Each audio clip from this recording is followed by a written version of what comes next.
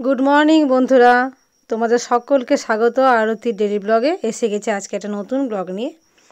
সাথে থেকো সারাদিন। যারা সাবস্ক্রাইব করেনি প্লিজ একটু সাবস্ক্রাইব করে আমার চ্যানেলটার পাশে থাকবে। চলো আজকে কি করলাম দেখে নাও। এখন হচ্ছে রাত 9:30 বাজে। তো রাত্রি 9:30টার সময় আমি এখন বসেছি পুর করতে। পুরগুলো বানিয়ে নিচ্ছে। আমাদের যেহেতু বাসি পুর, আগামীকাল হচ্ছে পিঠে তৈরি করার দিন, মকরের আগের দিন, যেদিন আমরা পিঠে তৈরি করি। তো আমার শ্বশুরবাড়ির নিয়ম হচ্ছে আগের দিন পিঠে দিন, অনেকে পিঠে করার দিনই অনেকে পুর বানায়, আমাদের হচ্ছে আগের দিন করতে হয়। তো চলো এখন 10:30 বাজে, পুরগুলো কমপ্লিট। এখন সকাল সকাল পরদিন সকালবেলা পুর টুর করে ঠান্ডা করে চলে এসেছি ঢাকা দিয়ে। এখন পরদিন সকাল হয়ে গেছে। তো আজকে যেদিন পিঠে তৈরি করতে হয় সেদিন আমাদের বাড়িতে ঠাকুরকে ভাত দেওয়া আছে। নিয়ম আছে যে ঠাকুরকে ভাত দিতে হবে 5 রকম রান্না করে। তো সকাল সকাল যেহেতু মেয়েকে নিয়ে ওর পরীক্ষা চলছে আর ওর শরীরটা ভালো নেই, এখন রেগুলার আমি ওকে যাচ্ছি ওর এক্সাম হলে পৌঁছে দিয়ে আসতে যাচ্ছি বাঁকুড়া ইউনিভার্সিটিতে। তো সেই জন্য আমি তো বেরোবো ওকে নিয়ে, তাই তাড়াতাড়ি এখানে রান্না বসিয়ে দিয়েছি। বেশি কিছু তো করতে পারবো না, যেহেতু সকালে পুজোও করতে হবে। তো স্নান টান করে আজকে যেহেতু রান্নাটা ঠাকুরকে দেওয়া হবে, ওই জন্য স্নান করে পরিষ্কার পরিচ্ছন্ন হয়ে একদম আমি রান্না বসিয়েছি। তো বেগুন ভাজা করছি। আর এখানে আমাদের যে বাগানে লাগিয়েছি লাল শাক, এটা হচ্ছে আমার বাগানের শাক। কী সুন্দর কালারটা হয়েছে দেখো, বিটের রসের মতন। এই লাল শাক খেতে আমাদের বাড়িতে সকলে খুব ভীষণ ভালোবাসে। তো যাই হোক, রান্নাটা আজকে সম্পূর্ণ নিরামিষ হবে, ওই জন্য হচ্ছে বেগুন ভাজা। তো বেগুন ভাজাটা মোটামুটি হয়ে গেছে, কালারটাও বেশ সুন্দর হয়েছে, তুলে রাখবো। আর বেগুন ভাজার পরে এখন দিয়ে দিচ্ছি আমি কুমড়ো ভাজা। যেহেতু ছেলে তো বেগুন খাবে না, কুমড়ো ভাজাটা খেতে ভালোবাসে, ওই জন্য কুমড়ো ভাজাটা একটু বেশি করে করছি। তো প্রথম ব্যাচটা একটু ভাজা হয়ে যাক, ব্যাচে ব্যাচে ভাজতে হবে, যেহেতু অনেকগুলো কুমড়ো নিয়েছি তো একসাথে দেওয়া যাবে না। 5 রকম করতে হবে, বেশি কিছু তরকারি কাটারও সময় নেই।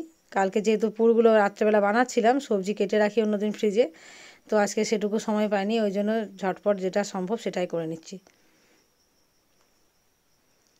চলো এখানে সব কিছু হয়েছে, ভাত হয়ে গেছে, এখানে কুমড়ো ভাজা, বেগুন ভাজা, লাল শাক ভাজা, 3 রকম তো হয়েই গেল। আর এইটা আছে তোমার মুগের ডাল, মুগ ডালটা নিয়ে 4। আর এখানে আছে সয়াবিন আলুর সবজি। আমি আলু পোস্ত করতে গেছিলাম, তারপর ডিবা খুলে দিয়েছি যে পোস্তটা ফুরিয়ে গেছে, বলতেও ভুলে গেছি। আমি রেগুলার শপিং মল যাই, আনতেও ভুলে গেছি। তো যাই হোক, সয়াবিন আলু সবজি করে দিয়েছি আর চাটনি। তো আমার হয়ে গেছে 6 রকমের সবজি। আর এবার আমি বেরোবো। আর এই যে ছেলে এখন ফোটাচ্ছে রসগোল্লা, দুটো খেয়ে বেরোবো আমি। চলো বেরিয়ে পড়লাম সকাল সকাল মেয়েকে নিয়ে। আর আজকে ওর পরীক্ষা মোটামুটি চলছে, আরও 2-3টে বাকি আছে। তো আমি যেহেতু রেগুলারই আসছে ওর সাথে, ওর শরীরটা ভালো নেই, ওই জন্য এলাম। তো চলো এখন এবার ওকে চট করে পরীক্ষায় বসিয়ে দিয়ে আমি একটু বাজারে কাজ করব।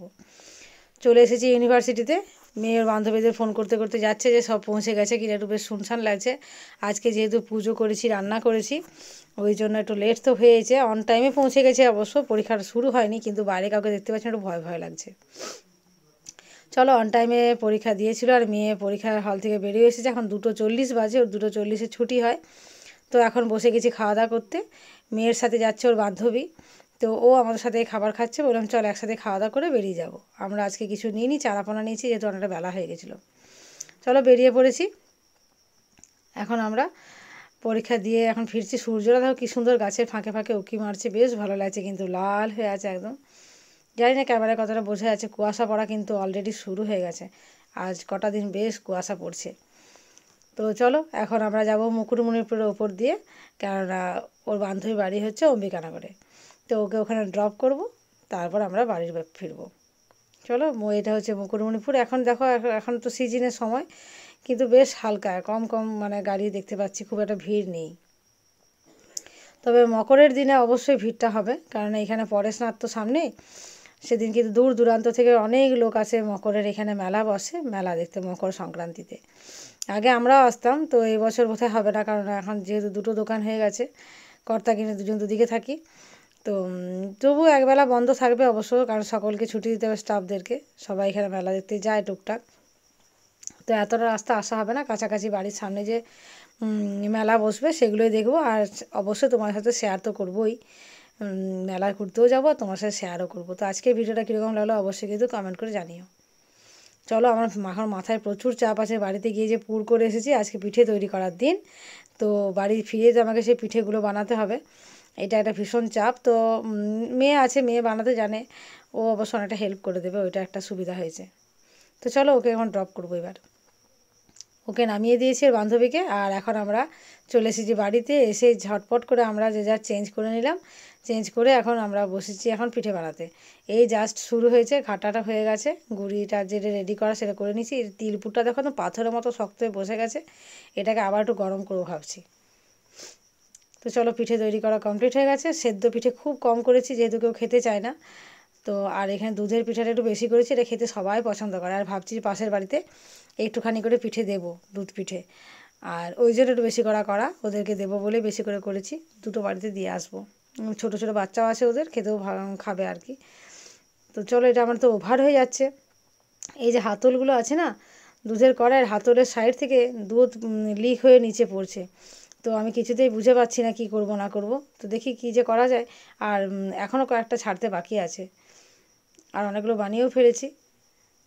তো যাই হোক, বড়দিকে ফোন করলাম, ওইটা হচ্ছে আমার মানে বিপদের উদ্ধারকর্তা। বড়দি বলে তুই জামবাটির মধ্যে হাফ কমিয়ে নি, তাই ওই জামবাটিতে হাফ কমিয়ে ফুটিয়ে নিয়েছি আলাদা করে, আর কড়াটার মধ্যেও ফুটিয়েছি, এটা বড়দির বুদ্ধি। সঙ্গে সঙ্গে ডাবুতে করে সব তুলে নিয়েছিলাম, ওই জন্য দুধটা পড়েনি, খুব সুন্দরভাবে হয়ে গেছে। তো চলো পিঠে করা কমপ্লিট হয়ে গেছে। আজকের ভিডিও কেমন হলো অবশ্যই সাবস্ক্রাইব করে দিও। Good night.